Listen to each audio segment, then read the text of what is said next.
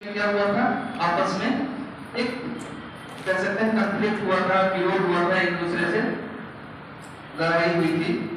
आपस में जो संबंध थे वो समाप्त हो गए। ठीक, तो ये जब संबंध समाप्त हो गए थे तो आप लोगों ने देखा होगा कि लीग ऑफ नेशंस की स्थापना हुई थी। राष्ट्र संघ जिसे कहते हैं, है ना, लीग ऑफ नेशंस की स्थापना हुई।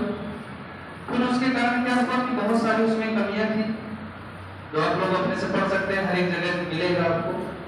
उन कमियों को दूर करने के लिए क्या हुआ, कमियां क्यों थी उसमें, क्योंकि आप लोगों ने नाम सुना होगा वर्साई की संधि।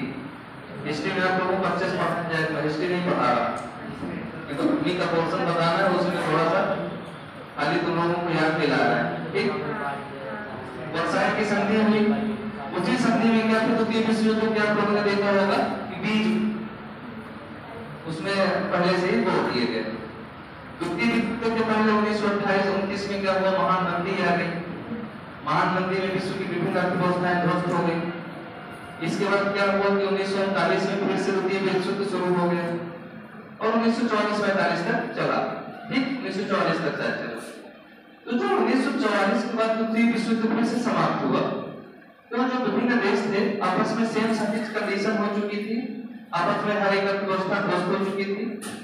सारी जितनी भी अर्थव्यवस्थाएं थी सबके पास लगभग 4 प्रकार की समस्याएं थी जो समान थी। नंबर 1 उसमें था क्या, पीस, मतलब इसे कहते हैं शांति। जितनी अर्थव्यवस्थाएं थी वो चाह रही थी कि बहुत लड़ चुके हैं और आपस में खूब लड़ाई झगड़ा हो चुका है, अब क्या करें कि शांति की प्रत्याशा करते हैं। एक बुक में पढ़ा था कि किसी भी युद्ध हो, चाहे जितना भी खतरनाक हो, कोई भी विरोध हो, उसकी अंतिम परिणति क्या होती है, अंतिम स्थिति क्या होती है, वो शांति ही होती। आप लोगों ने चाहे जितने भी बड़े युद्ध देखा हो, चाहे जितना महाभारत देखा हो, चाहे रामायण देखा हो, चाहे जो भी सारी चीजें, प्रथम विश्व युद्ध, द्वितीय विश्व युद्ध, समझ में एक यूक्रेन का अपना चल रहा है, चलेगा, किसी न किसी दिन क्या होगा, शांति जरूर है। तो सारे देश जो थे वो क्या चाहते थे, शांति चाह रहे थे। दूसरे देश क्या थे, वो क्या चाह रहे थे, मतलब इंक्लूसिव ग्रोथ की बात करना चाहिए, समावेशी समृद्धि की बात करना चाह रहे थे कि हम जितने भी देश हैं वो क्या करें, एक ऐसे समाज का या ऐसे मतलब समृद्धि दर विकसित करें जिसमें उसके विकास की सबके उससे के मुख्य धारा पर जुड़े रहे। ठीक, इतना आसान है, कोई चीज वो नहीं है। जो थे वो क्या चाह रहे थे, फ्रीडम, मतलब आजादी। आप लोगों ने देखा होगा बहुत सारे ऐसे देश थे जैसे जो ब्रिटेन के औपनिवेशिक थे। ब्रिटेन के जो औपनिवेशिक थे वो बहुत सारे देश थे जो इनसे क्या था, उपनिवेश के कारण क्या चाह रहे थे, इनसे आजादी चाह रहे थे। ठीक, और चौथा उद्देश्य क्या था, पर्यावरण, जिसमें आप लोगों ने देखा होगा ग्रीन ग्रोथ का नाम सुने, ग्रीन ग्रोथ। आवाज नहीं आ रही, आवाज नहीं कौन चलिएगा थोड़ा,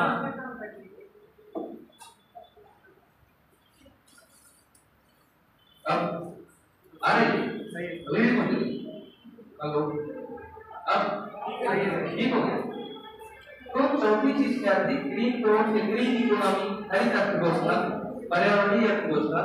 यह ग्रीन ग्रोथ का मतलब यह है कि जब हम अपने देश का विकास करते हैं तो जो पर्यावरण है हमारा, जो प्राकृतिक संसाधन है, उनकी कम से कम क्षतिपूर्ति हो, कम से कम उनको हानि हो। तो जब आप पर्यावरण के बारे में पढ़ेंगे तब आपस में सारी चीजें देखेंगे। तो जो 4 समस्याएं थी, इन 4 समस्याओं के कारण क्या था कि अर्थव्यवस्थाओं का ध्यान दिया। द्वितीय विश्व युद्ध जैसे प्रारंभ हुआ, खत्म हुआ, उसके बाद क्या हुआ, सारे देश क्या चाह रहे थे कि अपने देश की सारी चीजों को प्राप्त करना चाह रहे थे। इसके लिए क्या हुआ कि जो विभिन्न देशों के मंत्रिमंडल थे उन्होंने क्या किया, आपस में एक समझौता किया, एक कॉन्फ्रेंस की। ठीक, एक शहर का नाम है अमेरिका में ब्रिटेन वुड्स स्थान है, न्यू हैम्पशायर का एक शहर था, वहां पर एक वुड्स नामक एक स्थान था। वहां पर क्या हुआ कि आपस में 1 जुलाई से 22 जुलाई तक के बीच में समझौता चला नंबर पहला क्या था कि जो अंतरराष्ट्रीय तरलता की समस्या थी, जो विनिमय दर है, आप लोग विनिमय दर जानते हैं किसे? विनिमय दर का नाम सुने? Exchange rate. क्या होता है?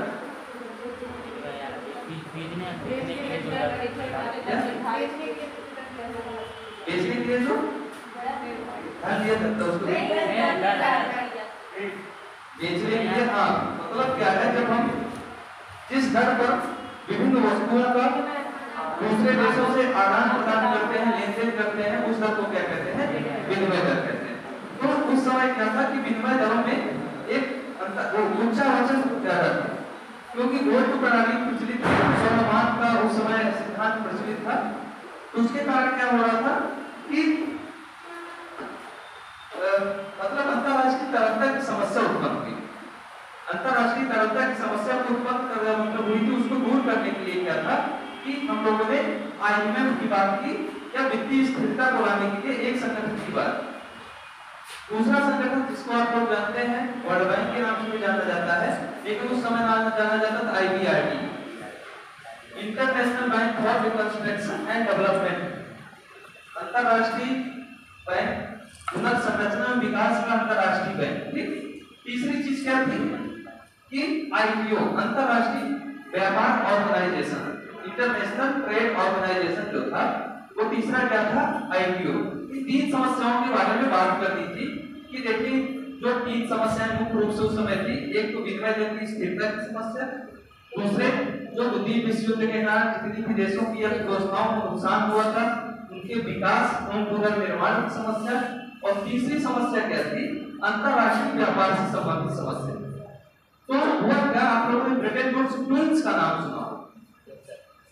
ब्रिटेन वुड्स ट्विंस का नाम यदि सुना हो, तो जो ब्रिटेन वुड्स ट्विंस है उसमें क्या हुआ था कि IMF और IBRD तो संस्थाओं को विकसित किया गया था, और जो अंतरराष्ट्रीय ट्रेड ऑर्गेनाइजेशन था, इंटरनेशनल ट्रेड ऑर्गेनाइजेशन था, उसको क्या किया गया? उसको छोड़ दिया गया, मतलब उसको लागू नहीं किया गया।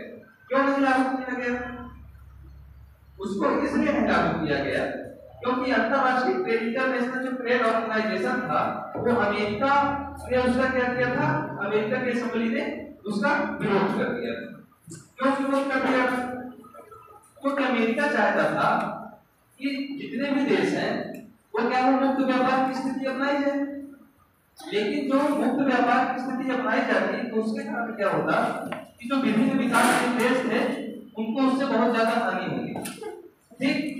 तो उसके कारण क्या हुआ था कि अमेरिका के विरोध के कारण क्या हुआ था, इंटरनेशनल ट्रेड ऑर्गेनाइजेशन नहीं स्थापित हो पाया। इतनी बात आप लोगों को समझ आई? अब हम लोग लिखेंगे और जानेंगे कि IMF क्या है, कैसे उसका कार्य क्या है, क्या उसका उद्देश्य है, ये सब सारी चीजें दिखाता जाऊंगा, उसमें बीच में समझाता जाऊंगा। एक भूमिका मैंने आप लोगों को बता दी, कैसे इनका एस्टेब्लिशन हुआ, कैसे ये लोग स्थापित हुए। ठीक। अफसोस की बात यह है, आपका भी दुर्भाग्य है और मेरा भी दुर्भाग्य है, मेरी नोट्स खो गई है। WTO जो मैं आप लोगों को पढ़ाना था, तो डिफरेंट टाइप की चीजें आप लोगों को बतानी थी। मैं कल ढूंढते ढूंढते करीब 2 घंटे अपनी बर्बाद की, मेरी नोट्स नहीं थी। अब मुझे यह पता चल रहा है 2018 के बाद नोट्स आज हुई, इसका मतलब है तब से मैंने उसको कभी पढ़ा नहीं। जब तुम लोगों को अंतरराष्ट्रीय संस्थाएं पढ़ाना था, तो मुझे था कि एक बार लोगों को वो जहां से मैं चीजें उठा के निकाल के देता, तो काफी चीजें रिप्रेजेंटेटिव था कि मैं और किसी आपको उसमें नहीं मिलेगा, क्योंकि हमारे सर पढ़ाए थे जिनके पास तो WTO का एक लेटर आया था, एक WTO की जो रिकमेंडेशन थी, वो उस समय क्या हुआ था, अलग अलग सेंट्रल मिनिस्ट्रियों में एक लेटर भेजा गया था अपना सुझाव देने के लिए। तो उन्होंने पूरा WTO पढ़ा हुआ है और WTO के बारे में एक अलग से कोर्स चलाते हैं। तो उनकी हम लोगों ने लगभग 15-20 क्लासें में हमने पूरा WTO कंप्लीट किया था। वही 15-20 क्लासें WTO की इस तरह कंप्लीट किया था कि समझ लो इस तरह मैं भी बोल रहा हूँ, इसकी 3 गुना स्पीड में बोलते थे, हमको उसको लिखना होगा, इसकी 3 गुना स्पीड। आप लोग कितना बोल रहे हैं, आप लोग खाली लिखा रहा हूं, तब आप लोग बोल बोल के लिख पा रहे हैं। कभी ऐसा ये नहीं बोले कि आप लोग लिखिए। हम उनकी कभी सर उनका चेहरा नहीं देख पाते थे पूरे 50 मिनट के लिए, और 50 मिनट से 51 मिनट हो जाता था तो हम लोगों को पता चल जाता था कि इनको 50 मिनट कंप्लीट हो चुका है, क्योंकि यहाँ से और यहाँ से बाउंस होना शुरू हो जाता है। समझ जाते थे कि 50 मिनट से ज्यादा हो चुका है, अब हम लोगों को कवर नहीं कर पा। हालांकि 50 मिनट पढ़ा देते थे तो 3-4 घंटे के बराबर हो जाता था, उसके नोट्स बनाने में कम से कम 4 घंटे का समय लगता था। जो 50 मिनट खाते थे बोलते थे उसको लिखने में क्या होता था, 4 घंटे का नोट लगता था।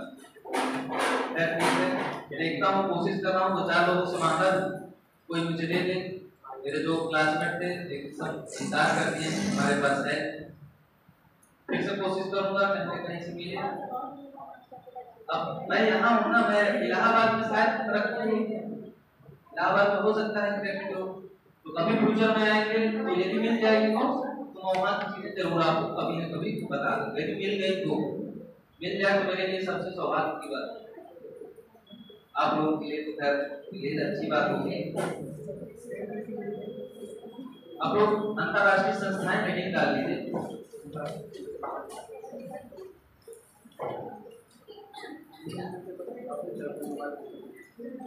अंतरराष्ट्रीय संस्थाएं द्वितीय विश्व युद्ध के पश्चात, द्वितीय विश्व युद्ध के पश्चात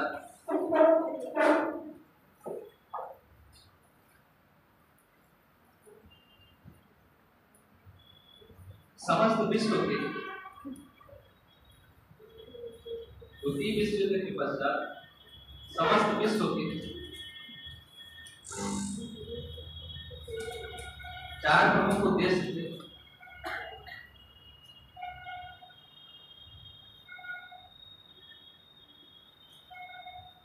चार प्रमुख उद्देश्य थे जिसे वो प्राप्त करना चाहते थे।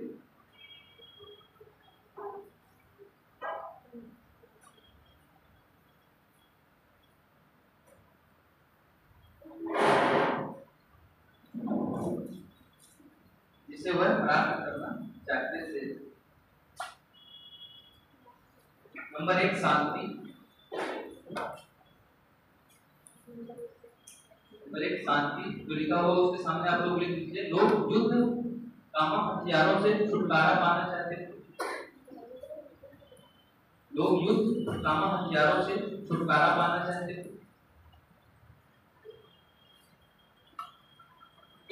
दूसरी चीज है आजादी,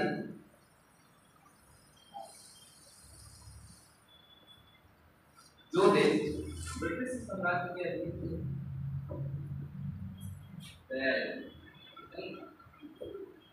जो देश ब्रिटिश साम्राज्य के अधीन थे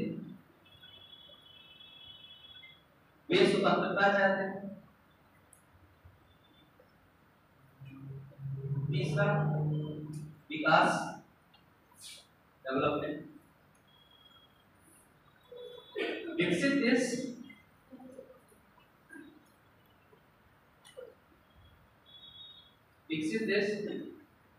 आर्थिक समृद्धि में स्थिरता चाहते थे। विकसित देश आर्थिक समृद्धि में, इकोनॉमिक ग्रोथ जो होती है उसमें स्थिरता चाहते थे तथा विकासशील देश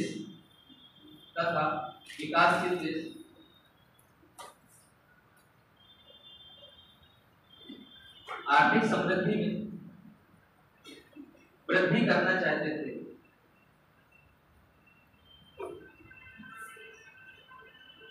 आर्थिक समृद्धि में वृद्धि करना चाहते थे।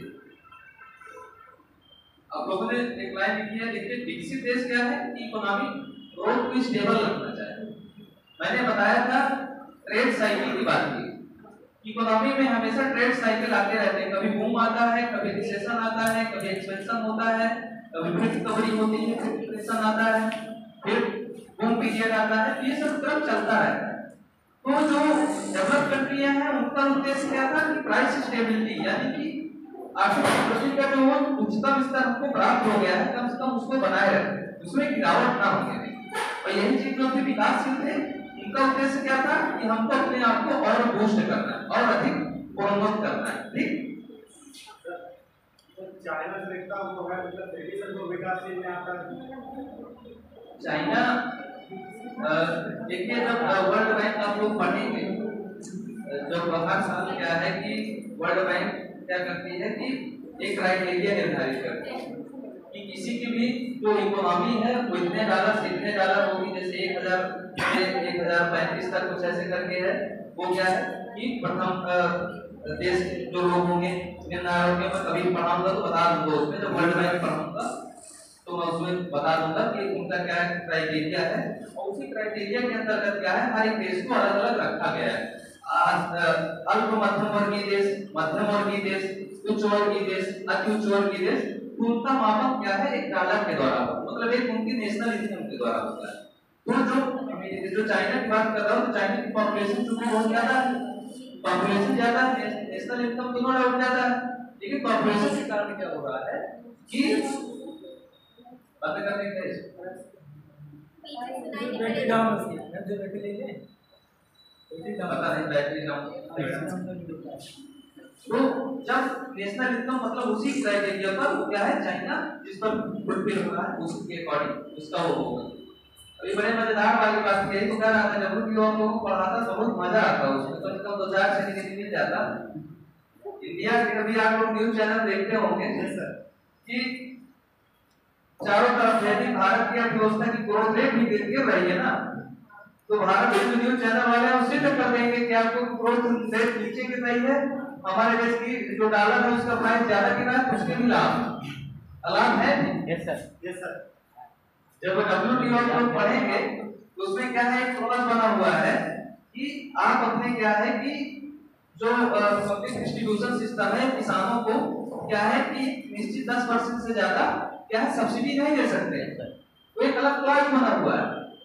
तो उसके लिए एक मानक निर्धारित है कि जिसकी आय जो क्या है $1000 से ज्यादा है तो क्या होगा उसको उसका मतलब उसके वो क्या है किसानों को सब्सिडी नहीं दे सकता है। तो सरकार अभी तक भारत जो थे हमेशा इस बात से बच लेता था, कहता था जब हमारी इनकम $1000 से कम है तो हम क्या करें, हम तो दे रहे हैं सब्सिडी। तो हर एक चीज यही तो कह रहा था, बहुत इंटरेस्टिंग था उसमें, हालांकि वो चर्चा करेंगे लेकिन यदि नोट्स मिल जाएगी तो और मजा आएगा। नहीं मिलेगी बता रहे थे जहाँ बात होगी जो रखी हुई होगी तो शायद कोई चोरी भी कर सकता है, कोई चोरी भी कर लिया हो, ये भी हो सकता है।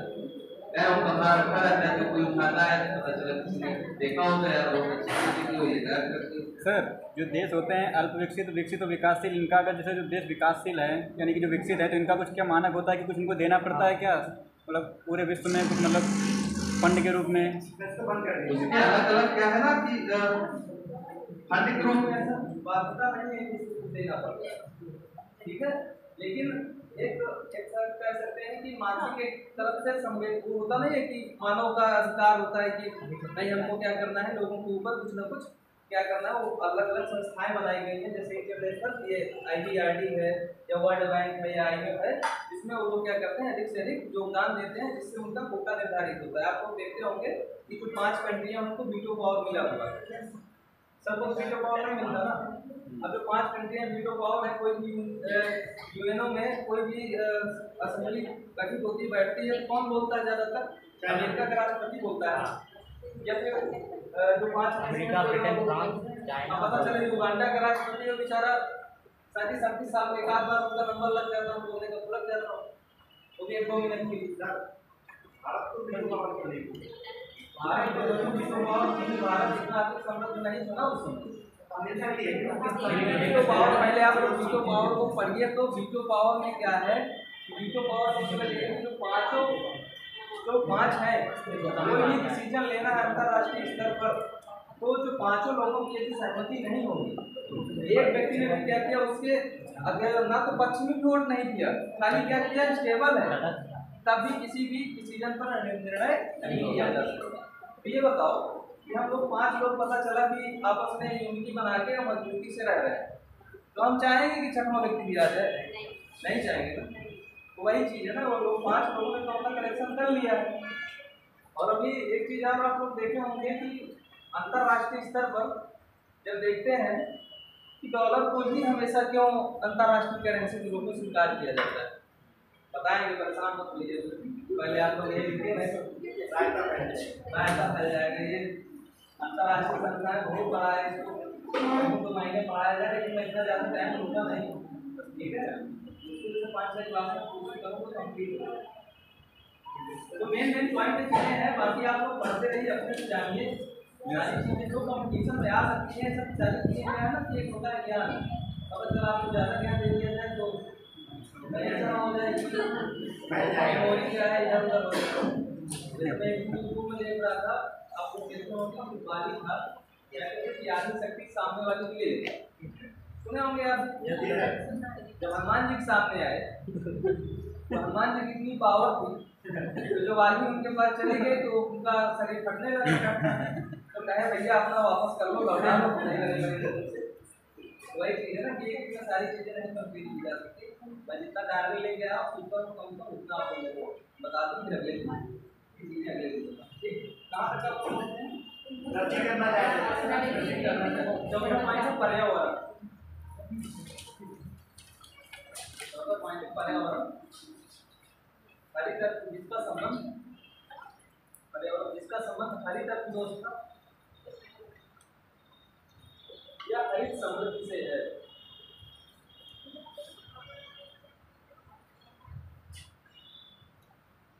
ये जब वैसे डायरेक्ट एग्जाम में नहीं पूछा जाएगा, लेकिन जब आप एक बार रिपीट कर दीजिए, जिसका संबंध क्या है। इसका संबंध हरित अर्थव्यवस्था या हरित समृद्धि दर से, हरित अर्थव्यवस्था या हरित समृद्धि दर से। तो जब कभी आप मेंस में लिखते हैं तो इस तरह के कोटेशन, इस तरह के पॉइंट आप कहीं ना कहीं जब अंतर्राष्ट्रीय संस्थाओं के बारे में लिखेंगे तो इस तरह की चीजें लिख सकते हैं, वो आपके क्वेश्चन को यूनिक कर देता है। सर आप लोगों ने सर एक क्वेश्चन डेली दे दिया करिए सर, होमवर्क के लिए तो होमवर्क डेली क्या है, तो खाली ये सोचो जो चीज़ें आप लोगों को पढ़ाता हूँ, कई चीज़ें ऐसी हैं जो अभी आप लोगों को बताया है। अभी आप बताओ कौन सी ऐसी चीज़ें हैं जो 2-4 चीज़ों को स्किप कर गया हूँ और तुम लोग चाहो तो उसको देख सकते हो। भारत दास गुप्ता कमेटी, भारत दास गुप्ता कमेटी का नाम सुना? अभी एक शब्द नाम लिया था ना, ग्रीन ग्रोथ, ग्रीन अर्थव्यवस्था, हरित अर्थव्यवस्था। तो इसके बारे में मैंने कुछ बताया तो नहीं ना, पढ़ा तो अंतर्राष्ट्रीय संस्थाएं रहा हूँ। तो आप लोगों के लिए क्या है, ये चीज क्यूरियोसिटी होना चाहिए कि नहीं होना चाहिए कि ग्रीन ग्रोथ है क्या, हरित समृद्धि, हरित अर्थव्यवस्था है क्या। इसके बारे में खाली पढ़ना चाहोगे तो कम से कम 2 दिन पढ़ोगे हरित अर्थव्यवस्था के बारे में खाली पढ़। तो ये क्या है, इस तरह की जो चीजें छूटते हैं आप लोग जाके पढ़ सकते हैं इसको। बहुत सारी चीजें हैं जो मैं खाली सब का नाम नहीं देता हूँ, बता देता हूँ, बताता नहीं, समय का अभाव रहता है। टीचर आपको हर चीजें नहीं बता सकता ना 1.5 घंटे की क्लास में, या तो पट्टे रेगुलर चल रही होती है, मतलब पूरे साल चल रही होती है 1.5 घंटे की, तो ऐसा संभव है कि कुछ चीज तब भी पूरी चीजें नहीं कवर की जा सकती कि आपको हर एक चीज बताई जाए। ये सब सारी चीजें आपके लिए क्या है, इस तरह से होमवर्क का काम है। इस तरह की चीजों को आपको खुद को देखना है।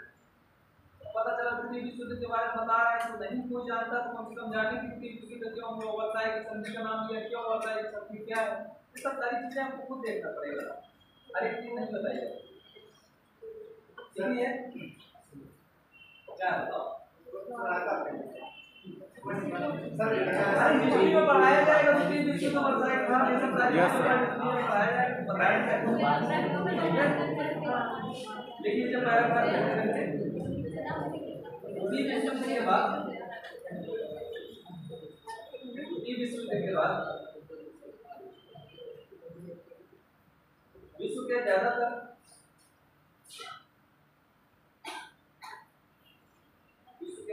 देश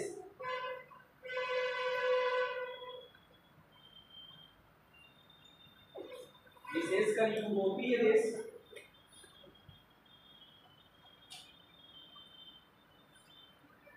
इस भयानक युद्ध से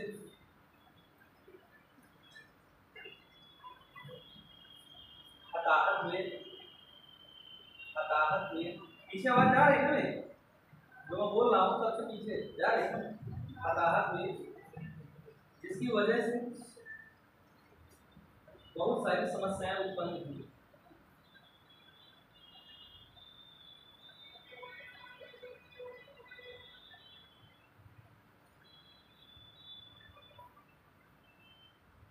इसके कारण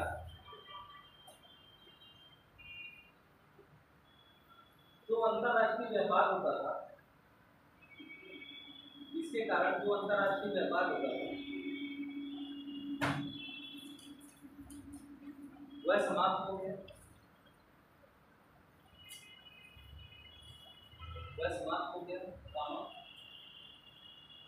आंतरिक संबंध खत्म हो गए,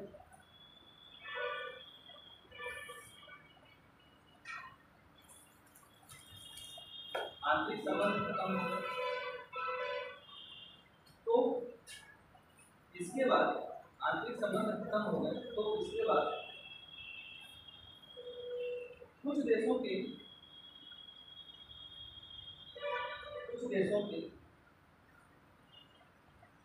मंत्रिमंडल के प्रतिनिधि, कुछ देशों के मंत्रिमंडल के प्रतिनिधि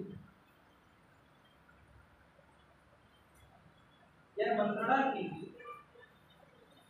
मंत्रणा आपस में विचार करना, यह मंत्रणा की थी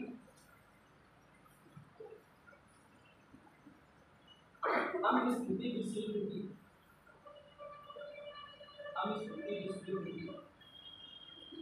क्षतिपूर्ति की भरपाई कैसे करेंगे, हम इस द्वितीय विश्व युद्ध की क्षतिपूर्ति की भरपाई कैसे करें, जिससे उन्होंने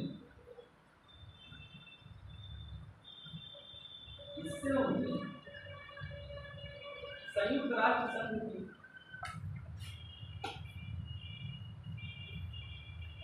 राष्ट्र संघ की स्थापना की बात की,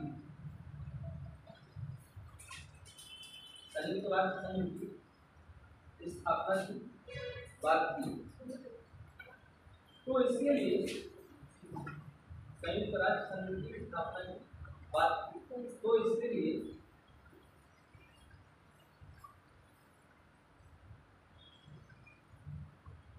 अमेरिका के न्यू हैम्पशायर शहर में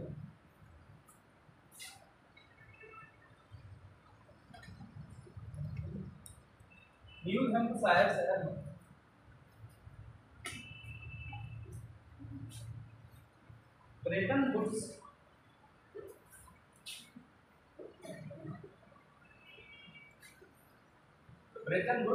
नामक स्थान पर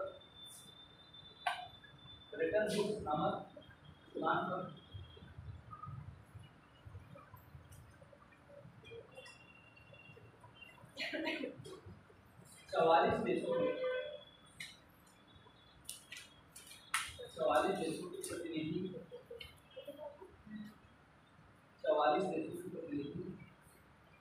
1 जुलाई 1944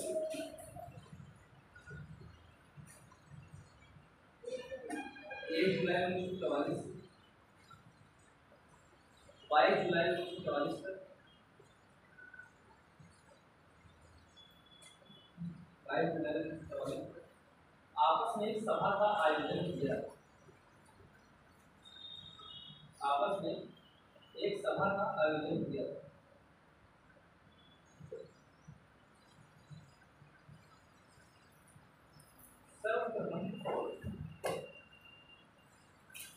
सर्वप्रथम यूएस के अध्यक्ष फ्रैंकलिन रूजवेल्ट, अमेरिका के अध्यक्ष फ्रैंकलिन, नाम सुने होंगे सर, फ्रैंकलिन रूजवेल्ट ने संयुक्त राष्ट्र संगठन के गठन के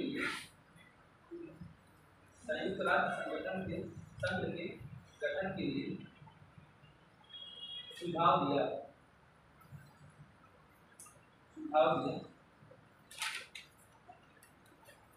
तो बैठक में 3 समस्याएं उभर कर आई। तो बैठक में 3 समस्याएं उभर कर आई।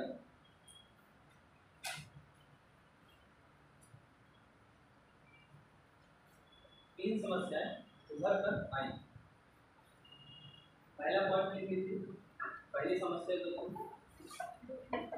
अंतरराष्ट्रीय तरलता,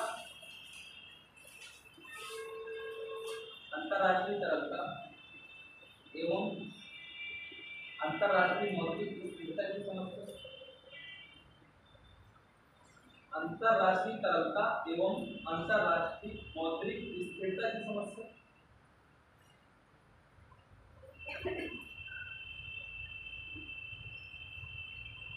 दूसरा पॉइंट पहले पॉइंट क्या है ना, द्वितीय विश्व युद्ध के पश्चात, द्वितीय विश्व युद्ध के पश्चात जितने राष्ट्रों की क्षति हुई, जितने राष्ट्रों की क्षति हुई, उनके विकास में क्षतिपूर्ति की समस्या, उनके विकास में क्षतिपूर्ति की समस्या। नंबर तीसरा, अंतरराष्ट्रीय व्यापार एवं उदारीकरण, अंतरराष्ट्रीय व्यापार एवं उदारीकरण की समस्या। अंतरराष्ट्रीय तरलता का मतलब समझ रहे हैं ना, तरलता का मतलब क्या है, मतलब कि मार्केट में जो क्या थी बहुत ज्यादा ऊंचा ओजन न होने पाए। जैसे क्या है कि उसके लिए अलग अलग आईएमएफ के बारे में और विस्तार से बताएंगे। तो आईएमएफ ने 8 प्रकार की तरलताओं को स्थिर करने की बात की है। नाम सुने भाई, फिक्स एक्सचेंज रेट क्या है, फ्लोटिंग एक्सचेंज रेट क्या है, डर्टी एक्सचेंज रेट क्या है, फिक्स माइनस एक्सचेंज रेट क्या है।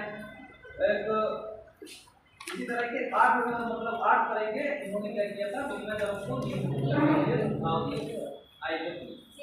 मैं इम्पोर्टेंट नहीं है आप लोगों के लिए, लेकिन ठीक है मैं खाली लिखा दूंगा, बता दूंगा, बहुत ज़्यादा जरूरी नहीं, लेकिन जानना चाहिए। क्या तरह के एक्सचेंज रेटों के समय कौन सी विनिमय दर प्रणाली को समझ पा रहे हैं, याद है, आइडिया है। भारत में जो विनिमय दर का रेगुलेशन होता है, कौन सी विनिमय दर प्रणाली प्रचलित है? माइनस एक्सचेंज रेट का नाम नहीं सुने? समायोजित विनिमय दर प्रणाली, समायोजित विनिमय दर प्रणाली का नाम नहीं सुने? चलो ठीक है, मुझे बात बताएंगे क्यों बताएं।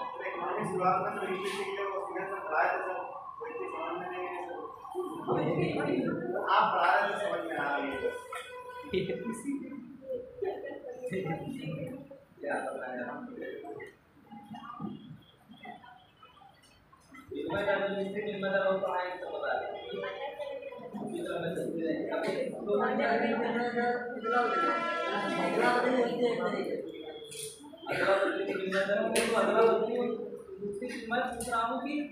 जिस दर पर अदला बदली होती है विनिमय दर, अभी आप लोगों ने बताया कि एक देश के आयात का निर्यात का जिस दर पर लेन देन होता है, इसके लिए भी 8 तरह के मानक निर्धारित है कि हम लोग कौन सी विनिमय दर प्रणाली अपनाएंगे। जैसे स्थिर विनिमय दर प्रणाली का मतलब यह है कि जिस दर पर हम डॉलर को फिक्स कर दिए हैं तो उसी दर पर लेन देन किया जाएगा, उस स्थिति को क्या कहते थे, स्थिर विनिमय दर प्रणाली।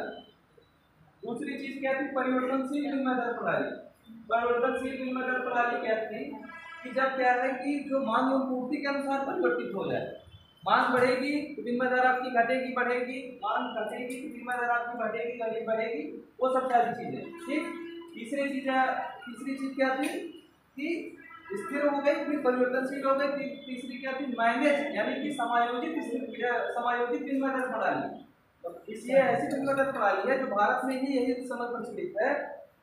होता क्या था कि हमारे देश में क्या है, विनिमय दर में मांग एवं पूर्ति के अनुसार निर्धारित होती है, लेकिन जब बहुत ज्यादा उच्च वचन हो जाता है, बहुत ज्यादा विनिमय दर ऊपर हो जाती है, नीचे हो जाती है, तो उसमें क्या होता है कि मौद्रिक नीति जो है, जो आरबीआई है, वो रेगुलेशन का काम करता है, वो नियंत्रण का काम करता है। उसको फिर बताएंगे कि क्यों डॉलर बेचेगा, कब खरीदेगा, ये सब सारी चीजों की बात की जाती है, ठीक है। उसी को कहते हैं समायोजित विनिमय दर प्रणाली या माइनस एक्सचेंज रेट सिस्टम, ठीक। आप लोगों ने क्या लिखा, 3 प्रकार की समस्याएं हैं। इन 3 समस्याओं के समाधान के लिए, इन 3 समस्याओं के समाधान के लिए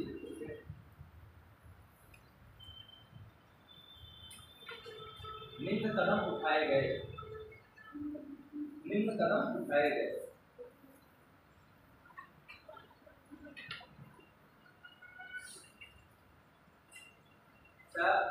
अवमूल्यन का नाम सुने होंगे, क्या होता है अवमूल्यन?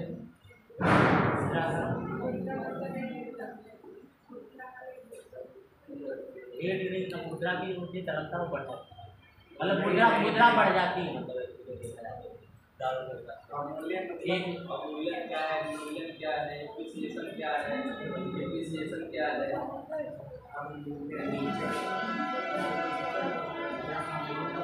चलो ठीक है, क्या लिखे आप लोग?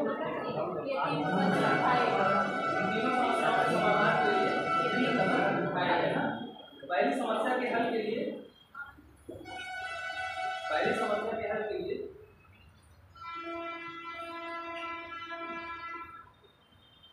आईएमएफ का गठन किया गया। IMF international monetary fund, IMF का गठन किया गया।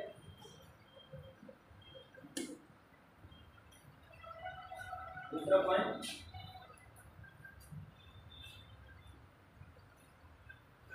दूसरी समस्या के समाधान के लिए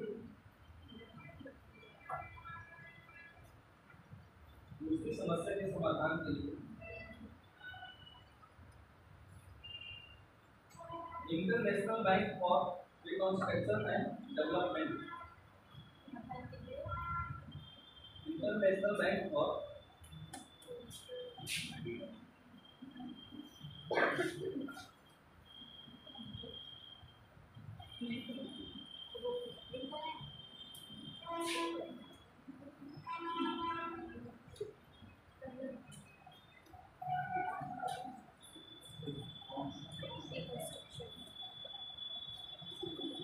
international bank for reconstruction and development, IBRD institute, इसका नाम सुने होंगे।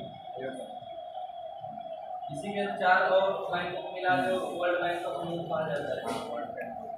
वर्ल्ड बैंक बताएं इसमें कितने भाग हैं। तो दूसरी समस्या के समाधान के लिए डेवलपमेंट, इसका कार्य IBRD का गठन किया गया। लिखेंगे bank for reconstruction and development का गठन किया गया, ठीक है। डेवलपमेंट का गठन किया गया।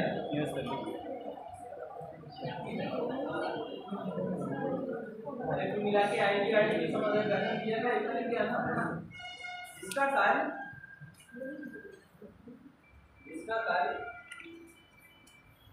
पुनर्गठन विकास की समस्याओं पर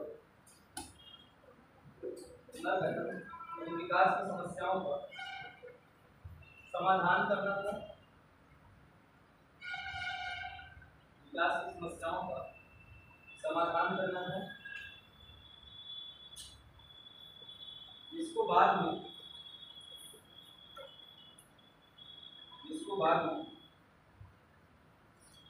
विश्व बैंक के नाम से जाना जाता है।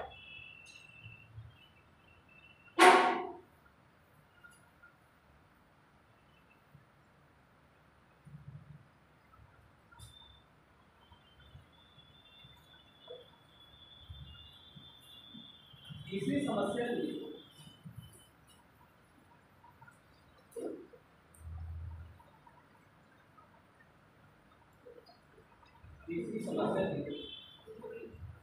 अंतरराष्ट्रीय व्यापार संगठन की स्थापना बात की गई थी। अंतरराष्ट्रीय व्यापार संगठन की स्थापना की बात की गई थी। लिखा हुआ ध्यान दीजिएगा, पैदा नहीं हो पाएगा। अंतरराष्ट्रीय संस्थाओं की बात की गई थी, ठीक। संगठन इन तीनों समस्याओं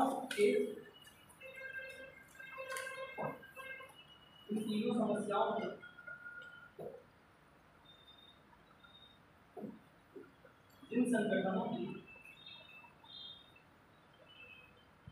इन तीनों समस्याओं को जिन संगठनों की स्थापना की बात की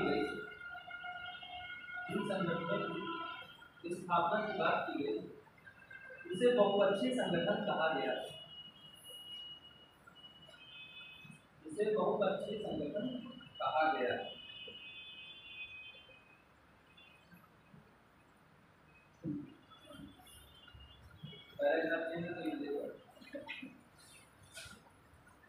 व्यापार उदारीकरण की समस्या के लिए पैराग्राफ चेंज करके व्यापार उदारीकरण की समस्या के लिए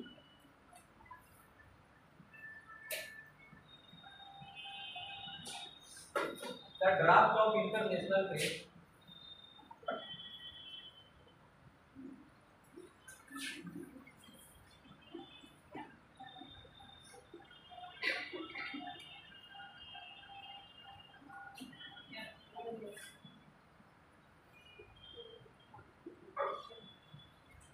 The draft of International Trade Organization के चार्टर तैयार करने की बात की गई। ये चार्टर को तैयार करने की बात की गई।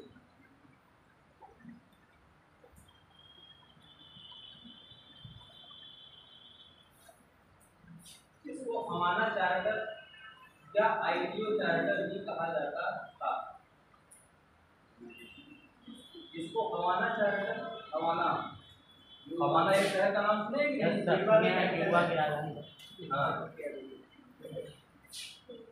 हवाना चार्टर या आईटीओ चार्टर भी कहा जाता था। लेकिन सर हवाना या दूसरा क्या नाम था?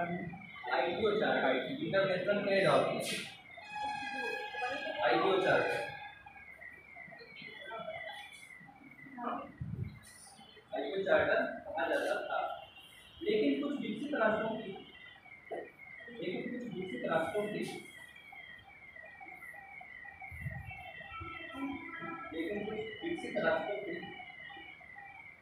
विरोध की वजह से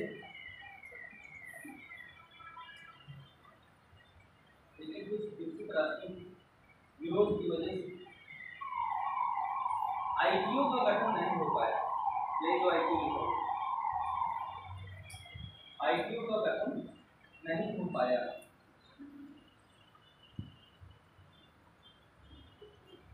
इसमें मुख्य अमेरिका था,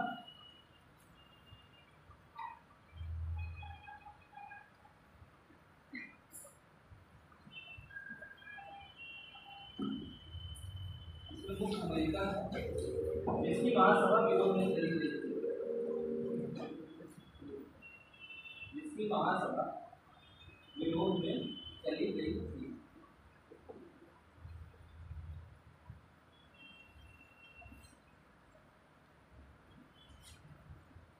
इस प्रकार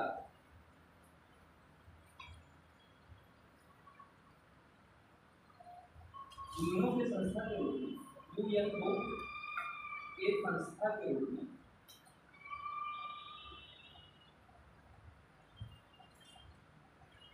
यूएनओ की संस्था के रूप में कोई संस्थाओं का विकास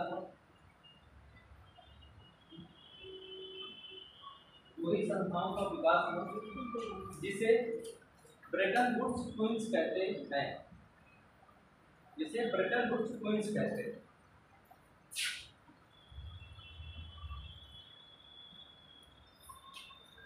ट्विंस या जुड़वा होता है, हिंदी में लिखा है जिसे ब्रेटन वुड्स जुड़वा कहते हैं। अब आप लोग समझ गए होंगे कि ब्रेटन वुड्स ट्विंस क्यों कहा जाता है, उसको क्यों उसका नाम ब्रेटन वुड्स ट्विंस है जुड़वा पड़ा। तीन चीज़ों की बात की गई थी, इसमें एक चीज़ को हटा दिया गया, उसकी स्थापना नहीं हो पाई थी। उसके लिए बात बताएंगे कि फिर गैट आया था, आप लोगों ने गैट का नाम सुना होगा।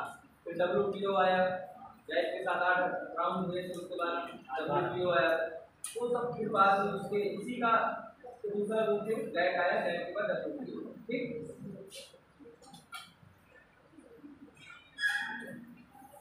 अब आप लोग ले लेते आईएमएफ।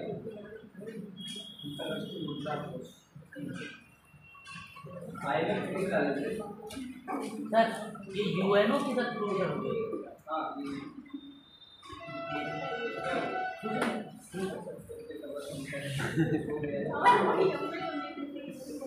सर इसके बारे में यूएनए की जितनी संस्थान है उसको इसमें करा दीजिए। यूएनओ पहले संस्थाएं आप लोग ट्यूशन के में चाहें तो पढ़ सकते हैं। हर एक चीज यूएनओ क्या ऐसी कोई ऐसी चीज है जिसमें आपको यूएनओ जब यूनाइटेड नेशन ऑर्गेनाइजेशन पढ़ेंगे तो उसमें क्या चीजें हैं। यस सर, यूएनएससी संस्थाएं हैं अलग अलग काम करती हैं। आप ट्यूशन में भी देखेंगे ना जीएसटी, उसमें भी सारी चीजें लिखी हुई हैं। तो हर एक चीज जरूरी नहीं है कि देखिए मेरे में क्या लिखा हुआ, वर्ल्ड बैंक लिखा हुआ है, आईएमएफ लिखा हुआ है और तीसरा डब्ल्यूटीओ लिखा हुआ है। तीन चीजें बस लिखी हुई है। तीन चीजों के बारे में बताते बताते सबको कवर करना है। दोनों में मान के चल रहा हूँ कि आपको हर एक व्यक्ति चाहे तो ट्यूशन में जाके हर एक चीज कितने सदस्य होते हैं, कौन संस्थाएं हैं, उसकी बॉडी क्या है, कैसे कार्य करते हैं, क्या है वीटो पावर, ये सब सारी चीजें आपको ट्यूशन के तक में दिया हुआ हर एक जगह आपको कहीं ना कहीं मिल जाएगा। ठीक,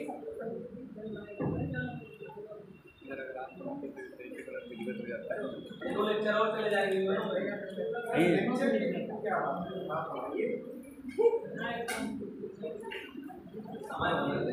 नहीं सर, जिस तरीके से आपने ये कंप्लीट किया, अगर इस तरीके से वो भी कंप्लीट होगा तो अलग हो जाएगा। बाकी उसमें तो बहुत मुश्किल से 4-5 लाइनों में सब समाप्त किया गया है। बाकी संस्थाओं को बस की स्थापना, मुख्यालय, सदस्य।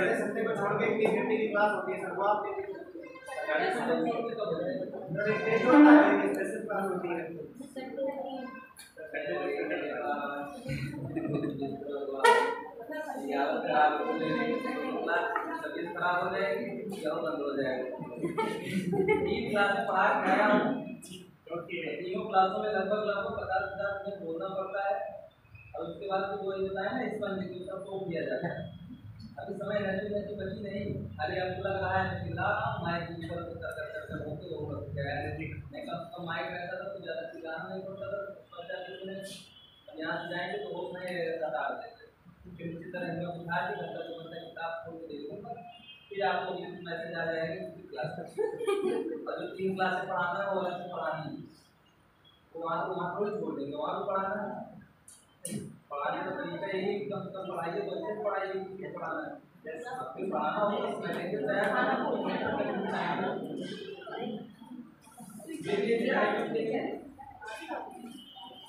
1944 में आईएमएफ मीटिंग डाली है ना, 1944 में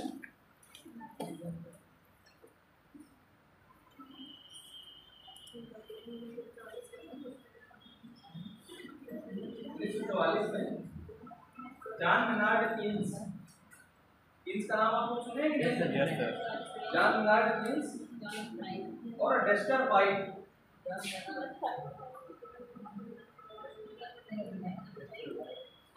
जॉन मेनार्ड कीन्स और डेस्टर वाइट की अध्यक्षता में डेस्टर वाइट लिखा हुआ है। जॉन मेनार्ड कीन्स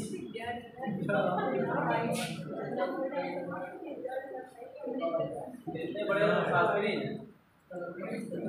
की वजह से व्यवस्था पूरी चल रही है। ठीक है, उन्होंने बहुत अच्छी बात है कि दीर्घ काल में सब मर जाते हैं। बोले थे दीर्घ काल में सब मर जाते हैं, कोई नहीं बचता है दीर्घ काल में, हमेशा अल्पकाल की बात है। इसीलिए कंप्लीट जिसने भी किया वो बर्बाद हो गया, इसीलिए कंप्लीट जैसे कि अरे उनकी हम साथ पूरा योगी है। एक पुस्तक का नाम आपको मुझे एग्जाम में पूछ सकता है, the general theory of employment interest money in of this और करीब के साथ उसके हम वो कभी अलग से पढ़ेंगे, आप लोग तब जानेंगे। यहाँ मतलब ले आइए तो जानकारी की सतत डेस्टर वाइट की अध्यक्षता में ब्रेटन वुड्स सम्मेलन का आयोजन हुआ था।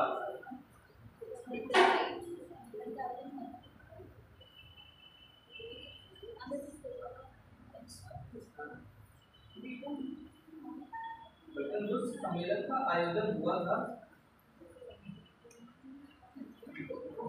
जिसके कारण 27 दिसंबर 1945 को 27 दिसंबर 1945 आईएमएफ की स्थापना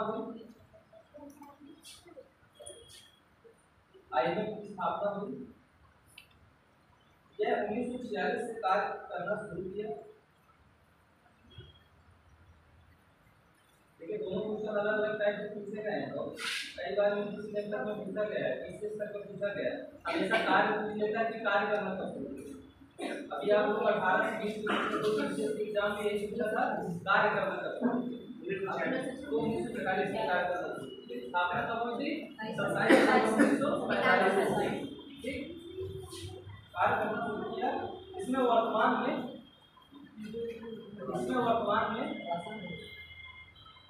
190 सदस्य हैं।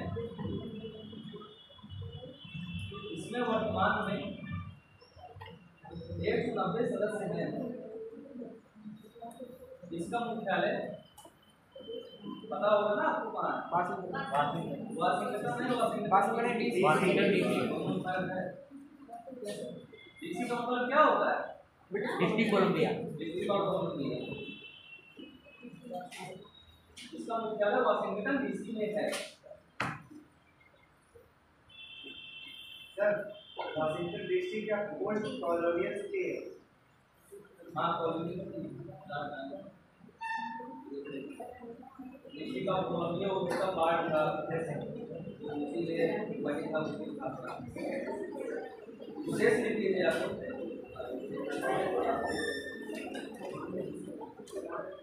अंतरराष्ट्रीय में पॉइंट लिख लीजिएगा। नंबर 1, अंतरराष्ट्रीय मौद्रिक सहयोग को स्थापित करते हुए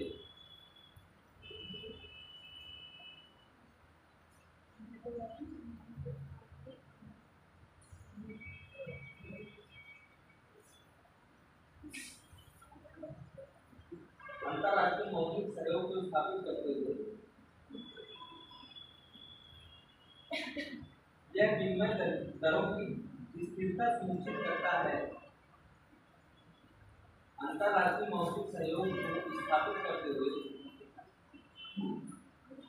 यह विनिमय दरों की स्थिरता सुनिश्चित करता है।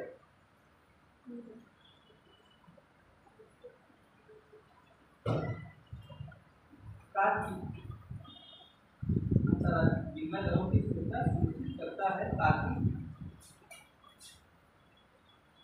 अंतरराष्ट्रीय व्यापार का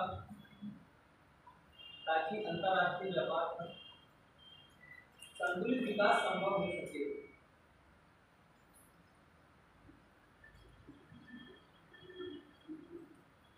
यह प्रतिस्पर्धात्मक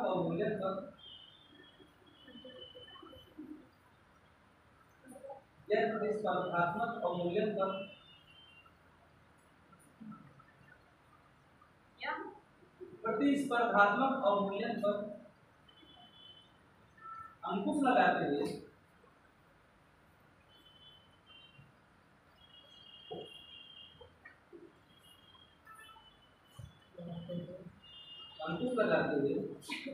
बहुपक्षीय भुगतानों की व्यवस्था को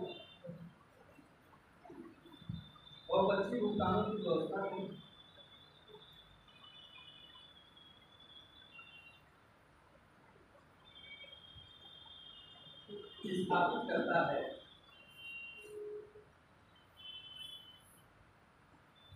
अब हमने पसंद आ गया है, लिखा हुआ सोच रहे हैं, थोड़ा सा बता दें तो आप लोगों को दिक्कत हो जाएगी। अवमूल्यन वह होता है जब क्या होता है कि सरकार के द्वारा, सबसे बड़ी चीज कि अवमूल्यन किसके द्वारा किया जाता है? सरकार के द्वारा। सरकार के द्वारा जब जानबूझकर अपनी देश की मुद्रा का बाह्य मूल्य कम कर दिया जाता है। बात समझ में आ रहा है? सरकार के द्वारा जब अपने देश की मुद्रा का बाह्य मूल्य जानबूझकर कम कर दिया जाता है, जिसका एकमात्र उद्देश्य भुगतान संतुलन की समस्या को दूर करना होता है, इसके कारण क्या होता है? निर्यात बढ़ जाते हैं और आयात कम हो जाता है। ये बात अब थोड़ा जल्दी हो गया ना। भुगतान संतुलन अवमूल्यन क्या है कि हमारे देश की जो करेंसी है उस पर उसका कोई प्रभाव नहीं पड़ेगा। जब हम दूसरे देश से निर्यात करते हैं तो अपने देश की जो मुद्रा है उसका मूल्य दूसरे देश के सापेक्ष कम कर देते हैं। तो जब कम कर देते हैं तो हमारे देश की मुद्रा क्या सस्ती हो जाती है, कम हो जाती है, उसका मूल्य कम हो जाता है। इसके कारण क्या होता है? निर्यात बढ़ जाते हैं, क्योंकि दूसरे देशों के पास वही वस्तु सस्ती मात्रा में प्राप्त हो जाती है। और हमारे देश की चूंकि मुद्रा का मूल्य कम हो गया है, जिसके कारण क्या है कि हमें उसी मात्रा को क्रय करने के लिए पहले की अपेक्षा अधिक मूल्य पे करना पड़ेगा। पहले 100 रुपये में एक मान लीजिए बोतल मिल जाती थी, तो क्या हो रहा है, अवमूल्यन होने के कारण मान लीजिए बोतल की कीमत 150 हो गई। तो बाह्य मूल्य कम हुआ है ना, आंतरिक मूल्य में तो कोई परिवर्तन हुआ नहीं। जब 150 रुपये हो गए तो हमको 150 रुपये देने पड़ेंगे ना, तो हम जो बाहर से मंगाते थे वो कम मंगाएंगे। दूसरी चीज, जो देश मान लीजिए 100 रुपये में बोतल क्रय कर लेता था, दूसरा देश मान लीजिए अमेरिका है, तो उसको क्या था, $1 में पहले कितना देना पड़ता था, मान लीजिए पहले 80 रुपये देना पड़ता था। अब $1 में पहले 80 रुपये उसको मिल जाते थे, अब $1 की जगह उसको 100 रुपये मिल जा रहे हैं, तो उसको और लाभ हुआ ना। तो उसका निर्यात और क्या होगा कि हमारे देश का उसको सस्ता लगेगा तो और खरीदेगा, तो हमारे निर्यात बढ़ जाएंगे और उनके क्या होंगे, आयात कम हो जाएंगे। हालांकि इसका काफी कुछ परिणाम है, कैसे क्या होगा बाद में चीजें बताएंगे। मैं खाली अवमूल्यन आप लोगों को बताने की कोशिश कर रहा हूँ कि अवमूल्यन के कारण क्या होता है कि अपने देश की बाह्य मुद्रा के मूल्य को कम कर दिया जाता है, क्योंकि हम अपने निर्यातों को बढ़ाना चाहते हैं और क्या है, आयातों को कम करना चाहते हैं और भुगतान संतुलन की समस्या को दूर करना चाहते हैं। ये सर जो निर्यात आप बता रहे पड़ेगा, अब जैसे कोई भी अमेरिका मान लीजिए 1000 रुपये की वस्तु ले रहा था यहाँ से 1 कुंटल गेहूँ, तो 1000 में अब सर वो 1 कुंटल की जगह 1.5 कुंटल लेगा, तो निर्यात तो मतलब हमारा उत्पादन जा रहा है ना, पैसे तो उतने आ रहे हैं, पैसे उतने आ रहे हैं ना, लेकिन निर्यात तो बढ़ गया ना। लेकिन निर्यात जैसे यहाँ तो सर जैसे मान चलो 1 कुंटल लेगा तो 1.5 कुंटल ले गया, 1.5 कुंटल ले गया, 1.5 कुंटल ले गया, तो उसके बाद 1000 रुपये, जैसे तुमने बताया कि 1000 रुपये में 1 कुंटल गेहूँ खरीदता पहले। हाँ, जब मूल्य कम हो गया तो 1000 रुपये में जब सस्ता हो गया, पहले बताओ कोई चीज़ सस्ती हो जाती तो आप लोग ज़्यादा खरीद लेते हैं कि नहीं खरीदते? खरीद लेते हो। शर्ट, यही शर्ट जो तुम पहने हो 500 रुपये की मिली है, 300 रुपये की मिल जाएगी, 2 शर्ट खरीद लोगे कि नहीं खरीद लोगे? तो जब किसी चीज़ की वस्तु की कीमतें सस्ती हो जाती है तो क्या होती है, मांग बढ़ जाती है ना। जैसे अगर व्यक्ति मांग ना बढ़ाए तो मतलब वही चीज़ तो मतलब इस तरीके से लॉस हो क्यों जाएगा। मांग भाई आप लोग इसीलिए तो अवमूल्यन किया जाता है। वो तो फिर तुम आ जाओगे अगली चीज, जो हालांकि जो तुम बात कर रहे हो वो एक तरफ से कह सकते हैं कि जबरदस्ती उसमें वो करने की कोशिश कर रहा है, साइज करने की कोशिश। चाइना ने सर यही तो काम किया, अपनी मुद्रा का। फिर क्या हो रहा है, हर एक देश करेंसी क्या करती है, अपने देशों की भुगतान संतुलन की समस्या को जब वो किसी, हालांकि अवमूल्यन वो नहीं है, अवमूल्यन करने के लिए अलग से WTO से, IMF से, सबसे परमिशन के लिए अलग से, उसके लिए अलग सारी चीजें हैं। वही तो बता रहा हूँ कि काफी लंबी समस्या है उसकी। तो जब अवमूल्यन किया जाता है तो कीमतें कम हो जाती हैं आपकी ना, जब कीमतें कम हो जाती हैं तो आप लोगों को क्या है कि उस वस्तु की मांग बढ़ जाती है। वो बात की बात है कि 1000 रुपये में हमको और ज़्यादा, पहले 1 कुंटल देते थे, अब 1.5 कुंटल देना पड़ रहा है। 1.5 कुंटल की वजह से क्या हुआ, उसको 1000 रुपये में 1.5 कुंटल मिल गया। पहले वो 1 कुंटल खरीदता था, अब वो क्या करेगा, 2000 रुपये देके 3 कुंटल खरीदना शुरू कर देगा और अधिक करेगा। पता चला, अभी मैं उस दिन आप लोगों को आर्बिट्रेज नहीं पढ़ाया था ना, आर्बिट्रेज का नाम खाली सुना दिया। आर्बिट्रेज आप लोगों का नाम एक शब्द सुने होंगे। उसमें क्या होता है कि आर्बिट्रेजर कौन होते हैं कि जो विभिन्न देशों की जो करेंसियों का मूल्य होता है अंतर्राष्ट्रीय, जब आप लोग वो देखेंगे स्टॉक एक्सचेंज में, तो समय समय पर मिनट में सेकंडों में क्या होता है कि पूंजियों का जो कैपिटल है, जो शेयर है, उनके दाम गिरते बढ़ते रहते हैं।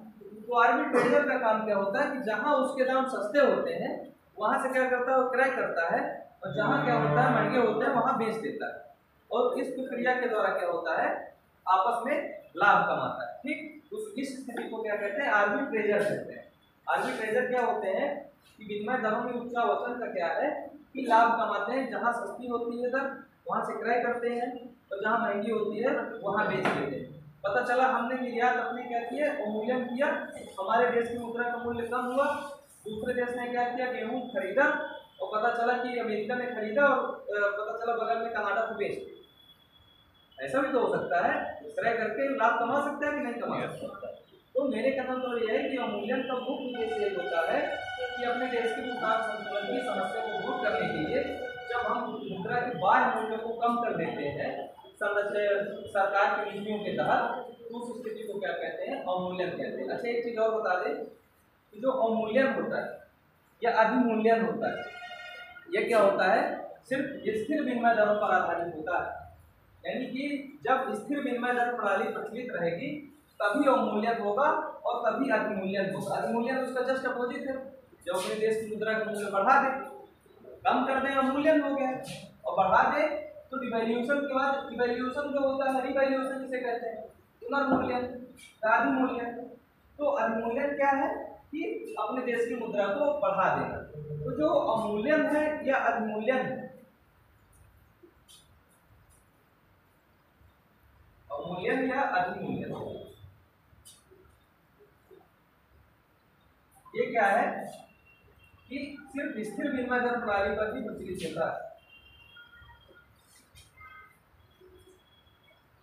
इन सबको लिखा हुआ है, अंतर्राष्ट्रीय संस्थाएं आप लोगों को पढ़ा रहा हूँ, देखा अवमूल्यन अधिमूल्यन नहीं पढ़ा रहा हूँ, ये सब ऐसा मान के चला जाता है कि सब सारी चीजें आपको आ रही। फिर दूसरी चीज होता है एप्रिसिएशन डिप्रिसिएशन, यानी कि कमी और वृद्धि। जैसे आप लोग देख रहे हैं इस समय डॉलर का मूल्य क्या है, कम हो रहा है तो बढ़ रहा है ना, डिवैल्यूएशन नहीं हो रहा है ना, कमी या वृद्धि। तो कमी या वृद्धि क्या होती है, परिवर्तनशील विनिमय दर प्रणाली पर प्रचलित होती है। कमी या वृद्धि जो होगी वो परिवर्तनशील विनिमय दर प्रणाली पर प्रचलित होगी।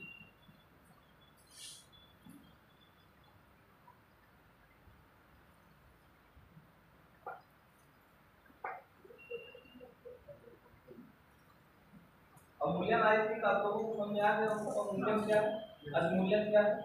जब बाजार की मांग और पूर्ति के द्वारा शक्तियों का कीमत दरों पर कम या ज्यादा होती है उसको एप्रिसिएशन या डिप्रिसिएशन कहते हैं, कमी या वृद्धि। और जब क्या है कि सरकार के द्वारा स्थिर कीमत दर प्रणाली में चूंकि एप्रिसिएशन डिप्रिसिएशन नहीं होता है, इसके कारण क्या होता है कि सरकार को जब एक लंबे समय के बाद देखती है कि उसके देश की मुद्रा का मूल्य मतलब देश में निर्यात नहीं बढ़ रहे हैं, भुगतान संतुलन नहीं समस्या दूर हो रही है, तो उसको मजबूरी में क्या करना पड़ता है, अवमूल्यन करना पड़ता है। अच्छा, आप लोगों ने करेंसी वार का नाम सुना? करेंसी वार क्या है, ट्रेड वार क्या है? ट्रेड वार क्या होता है? ट्रेड वार व्यापार मतलब कि जैसे कि चाइना और रशिया और अमेरिका के बीच हो रहा है, जैसे ट्रेड वार है।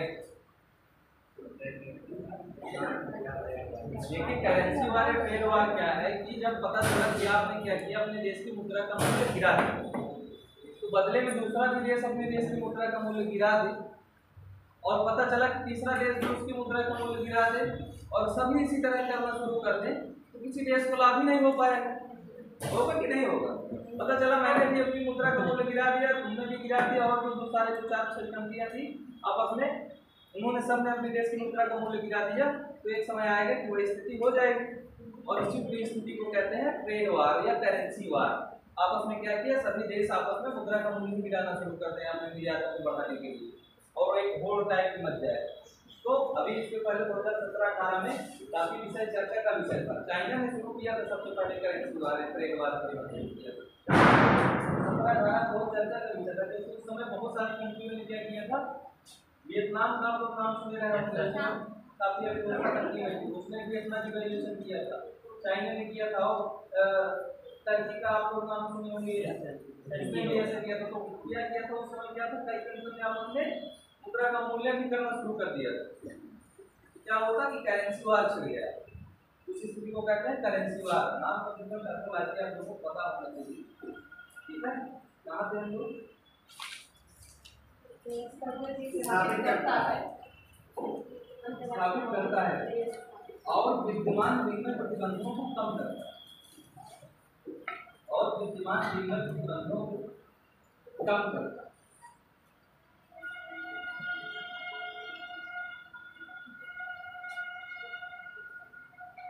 विद्यमान विनिमय प्रतिबंधों को कम करता है।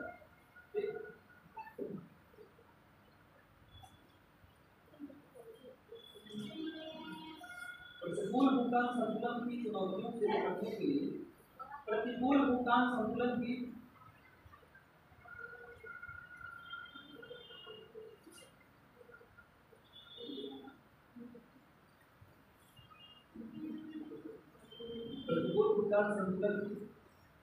चुनौतियों से निपटने के लिए अस्थायी तौर पर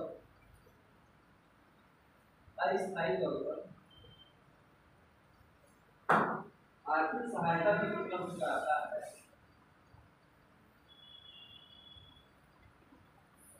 आर्थिक सहायता उपलब्ध कराता है।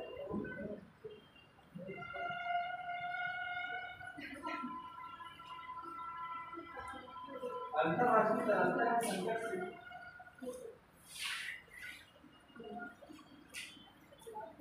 अंतर्राष्ट्रीय तरलता संकट से निपटना, अंतर्राष्ट्रीय तरलता संकट से निपटना और विनिमय दरों को स्थिरता प्रदान करना और विनिमय दरों को स्थिरता प्रदान करना इसकी सर्वोच्च प्राथमिकता है, इसकी सर्वोच्च प्राथमिकता है। देखिए कई ऑप्शन दे सकता है, आप लोगों ने IMF के बहुत सारे देखे होंगे कि यह ऋण प्रदान करता है, क्रेडिट प्रदान करता है और सस्ते दामों पर ऋण प्रदान करता है ना, ये सब सारी चीजें पढ़े होंगे। लेकिन ये पूछता है कि IMF की मुख्य उद्देश्य क्या है, उसका मुख्य जो काम क्या है वो क्या है कि विनिमय दरों की स्थिरता को दूर करना या अंतर्राष्ट्रीय तरलता की समस्या का समाधान करना इसका मुख्य उद्देश्य। तीसरा एक पैराग्राफ थोड़ा सा चेंज करके एक लाइन लिख लीजिए कि अंतर्राष्ट्रीय मौद्रिक संगठन जो है IMF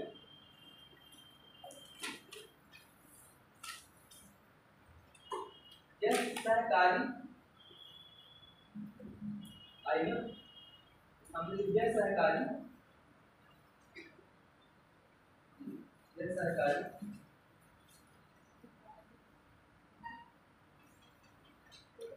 तथा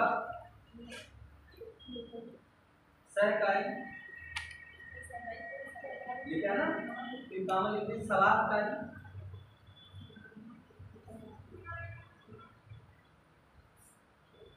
तथा नियामक संस्था है। नियामक यह नियंत्रण के रूप में कार्य नहीं करता, यह नियंत्रण के रूप में कार्य नहीं करता।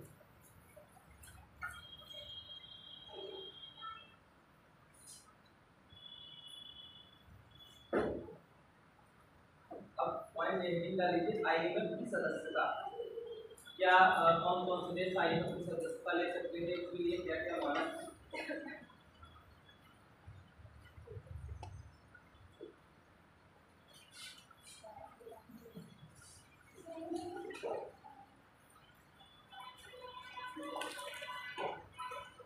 नंबर 1 इस IMF की सदस्यता ग्रहण करने के लिए 2 शर्तें आवश्यक हैं।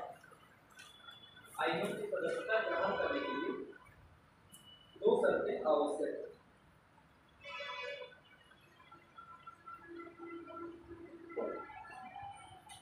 नंबर 1 विश्व बैंक की सदस्यता,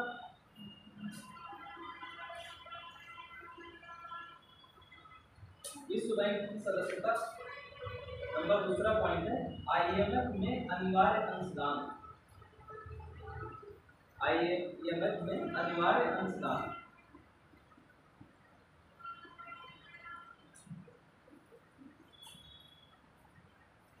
इस अंशदान का निर्धारण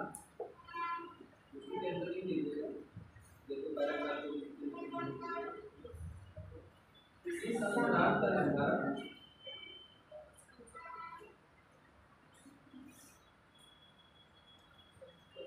निम्न आधार पर होता है। इस अंशदान का निर्धारण निम्न आधार पर होता है।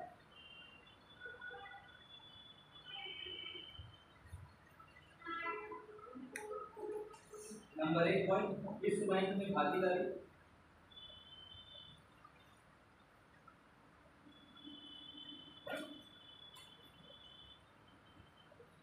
विश्व बैंक में भागीदारी। नंबर दूसरा पॉइंट प्रति व्यक्ति राष्ट्रीय आय,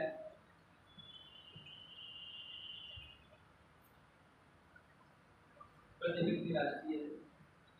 और तीसरा क्या है आर्थिक समृद्धि, आर्थिक समृद्धि।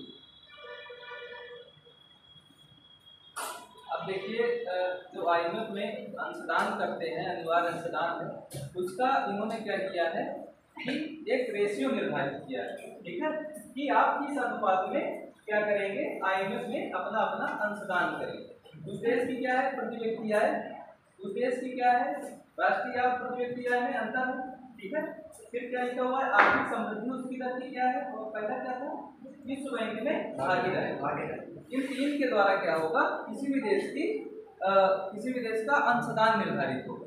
इसी के आधार पर जैसे किसी भी देश की ग्रोथ रेट कैसी है, उसका क्या है कि प्रति व्यक्ति आय कैसी है, उसका वर्ल्ड बैंक में हिस्सा कितना है, इसी के आधार पर अंशदान निर्धारित होता है। तो जाहिर सी बात है कि जिसकी ग्रोथ रेट जैसे अमेरिका हो गया, वहाँ की प्रति व्यक्ति आय अधिक है, ग्रोथ रेट अधिक है, तो वर्ल्ड बैंक में हिस्सा अधिक है, तो क्या होगा, उसका अंशदान अधिक होगा। जिसका अंशदान अधिक होगा उसका क्या होगा, उसका कोटा अधिक होगा, उसका उसमें मताधिकार अधिक होगा। तो जो तुम कह रहे थे कि जो विकसित देश है वो क्या है, विकासशील देशों के लिए वो अलग से वो WTO बताएंगे कि विकसित देशों के लिए क्या एक क्लॉज बनाया गया है, कितनी मात्रा में इनको क्या करना है, फंड एलोकेट करना है, इनको इनका उद्देश्य अलग से है विकसित देशों का कि इनके जमीनी स्तर से उनको ऊपर उठाना है, वो अलग अलग इसी के आधार पर निर्धारित होता है, यही सब निर्धारित करते हैं। हालांकि ये सब सारी चीजें क्या होता है, लिखित तौर पर लिखी हुई है, मान लो तो इनका मानिए ना मानिए, जब इनका मन होता है तब क्या करते हैं कि सम्मेलन छोड़ के भाग जाते हैं, हल्ला मचा देते हैं, शोरगुल कर देते हैं, वीडियो पावर लगा देते हैं। कोई असेंबली है, कोई समझौता है, WTO इस समय ऐसी स्थिति आ गई थी, टूटने की दशा में आ गया था। आप लोगों ने देखा होगा जो इन्वायरमेंट जितने भी कॉन्फ्रेंस हो रहे हैं, क्योटो प्रोटोकॉल नहीं, वो सब सारी चीजें थी, प्रोटोकॉल था या फिर जितनी भी सब सारी चीजें थी, एक समय ऐसा आया था कि उसको कोई मानने के लिए तैयार नहीं। समझौता है, लिखा रखा हुआ है, कौन मानने जा रहा है, कौन क्या कर रहा है, इसका कह रहा है छोड़े जा रहे हैं, करेंगे बैठेंगे क्या करेंगे, जबरदस्ती किसी तरह बुला बैठाया जाता है, कुछ तो कम से कम मान लो। तो सब सारी चीजें लिखित तौर पर ये सब सारी चीजें लिख के आना होगा, ठीक है। हकीकत इससे क्या है वो आप खुद जानिए, लेकिन जब लिखेंगे तो सारी चीजें आप लोग लिखेंगे कि नहीं यार बहुत अच्छा काम हो रहा है, बहुत अच्छा कर रहा है, आप लोग देखते होंगे अंतर्राष्ट्रीय स्तर पर जब कोई झगड़ा होता है तो कहाँ जाता है, दहेज इंटरनेशनल, क्या कोई डिसीजन आता है, 30 साल चले जाते हैं, आज आपका जब तस्वीर में मुद्दा आगे सब हो रहा है, चले गए वो यही कह रहे हैं कि सब, लेकिन है तो अंतर्राष्ट्रीय चिंता, कोई बात तो इंटरनेशनल लेके जाएंगे क्या लिखते हैं, तो 3 चीजें लिखनी है, आगे सब फिर उसी में पैराग्राफ के अंदर लिखिए प्रत्येक सदस्य के सर तो पावर बता सर उसको जो 5 मेंबर है, चाइना भी है। हाँ चाइना है, चाइना है, रशिया है, अमेरिका है,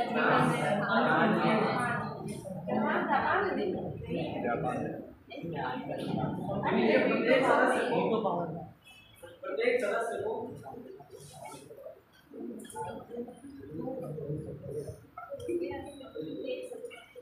सदस्य को अपने कोटे का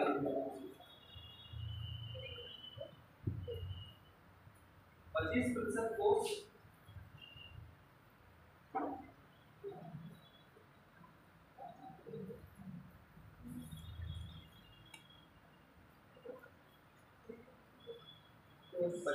को स्वयं द्वारा चयनित, 25% को स्वयं द्वारा चयनित किसी देश की मुद्रा में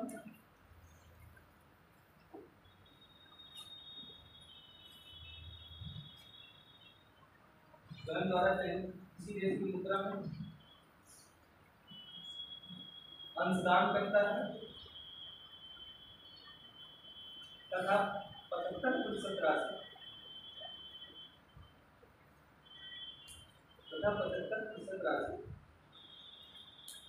अपने देश की मुद्रा के रूप में जमा करता है, अपने देश की मुद्रा के रूप में जमा करता है। मतलब जो अनिवार्य अंशदान है इसमें क्या करेगा, 25% जो है वो चाहे तो आप SDR के रूप में रख सकते हैं, जो SDR बताएंगे SDR क्या होता है, आप लोग शायद जानते भी होंगे, स्वर्ण मुद्रा भी उसे कहा जाता है, तो उसको चाहे तो आप SDR के रूप में रख सकते हैं, किसी भी देश की जो वीटो पावर कंट्रियाँ हैं इन देश के मुद्रा के रूप में रख सकते हैं 25% अपनी अंशदान का, और जो 75% है उसको अपनी देश की मुद्रा पर रखना होता है, क्योंकि जब उधार लेते हैं तो फिर वो क्या करता है कि आपको उस मुद्रा पर ट्रांसफर कर देता है। ठीक, एक थोड़ा सी छूट गई थी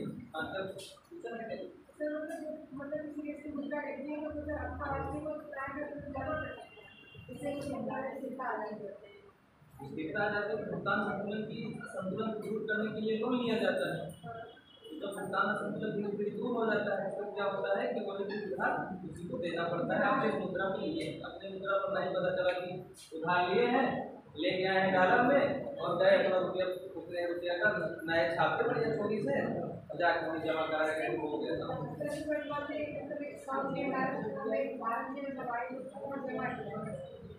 2 मिलियन डॉलर जमा किया है तो उधार ले रहा होगा ना, तो उसको जमा किया होगा। फिर अपना अंशदान मोटा बढ़ाना चाहता होगा, मोटा बढ़ाने के लिए भी आप क्या कर सकते हैं, अभी मैं दिखाऊंगा भी लाइन कि मोटा बढ़ाने के लिए भी क्या है कि एक सिर्फ मत बढ़ाने के लिए आप क्या कर सकते हैं, शायद लिखा हुआ है 1 लाख रुपया अंशदान करना पड़ता है एक मत अतिरिक्त मत प्राप्त करने के लिए। 1 लाख रुपया जो होते हैं, 1 लाख रुपया का जो अलग समूह दिखाई होता है, जो पेपर करेंसी है, वाइट करेंसी उसे कहा जाता है। तो एक मतलब प्राप्त करने के लिए क्या है 1 लाख के मतलब आपको अतिरिक्त अंशदान करना पड़ता है। हालांकि IMF से भारत में काफ़ी लोन लिया हुआ था, काफ़ी पहले लिया हुआ था, 1991 में लिया था। एक चीज़ और है, जब IMF और वर्ल्ड बैंक किसी को ऋण देते हैं तो ये क्या होता है कि वहाँ की नीतियों के आर्थिक नीतियों को कैप्चर कर लेते, यानी कि क्या है तो वहाँ की जो नीतियाँ हैं वो फिर इनके ढंग से संचालित होती है, आपके द्वारा नहीं, या फिर अपने देश की अर्थव्यवस्था स्वयं नियंत्रण नहीं रहती। ये लोग आपके ऊपर दबाव डालेंगे कि देखिए अब हम आपको दिशा बताएंगे, कैसी स्थिति बताएंगे कि आपको कैसे अर्थव्यवस्था को चलाना है। आप लोगों ने देखा होगा जब 1991 में 2 हफ्ते के बाद हम लोगों के पास विदेशी कोष बचा हुआ था, तो एक तरफ से हम लोग जब उदारीकरण की नीति देखते हैं तो IMF ने ही रिकमेंडेशन की थी कि आपको LPG मॉडल को अपनाना है, और अब इस तरीके से आप जब चीज़ें करेंगे तभी हम आपको ऋण देंगे।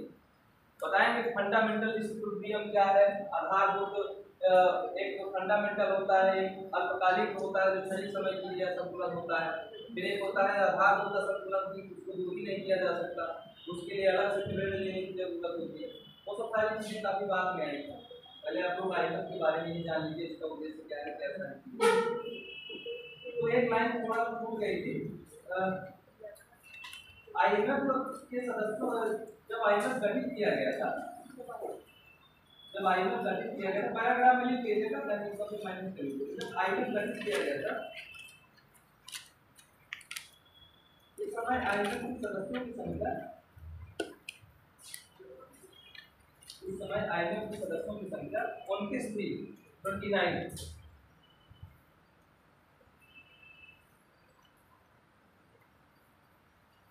और भारत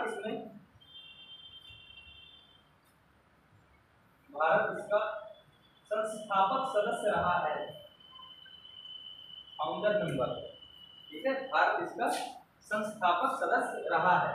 मतलब यह है कि जब 29 सदस्यों ने IMF को गठित करने की बात की थी उस समय भारत उसमें शामिल था, और जब 44 देशों ने 1 जुलाई से 22 जुलाई तक कॉन्फ्रेंस की थी, सम्मेलन किया था, उस समय भी भारत इसमें शामिल था। तो एक चीज़ें आप लोगों से क्या पूछ सकता है कि IMF का संस्थापक सदस्य था कि नहीं था, तो आप लोग थोड़ा ध्यान देंगे। ठीक, हो गया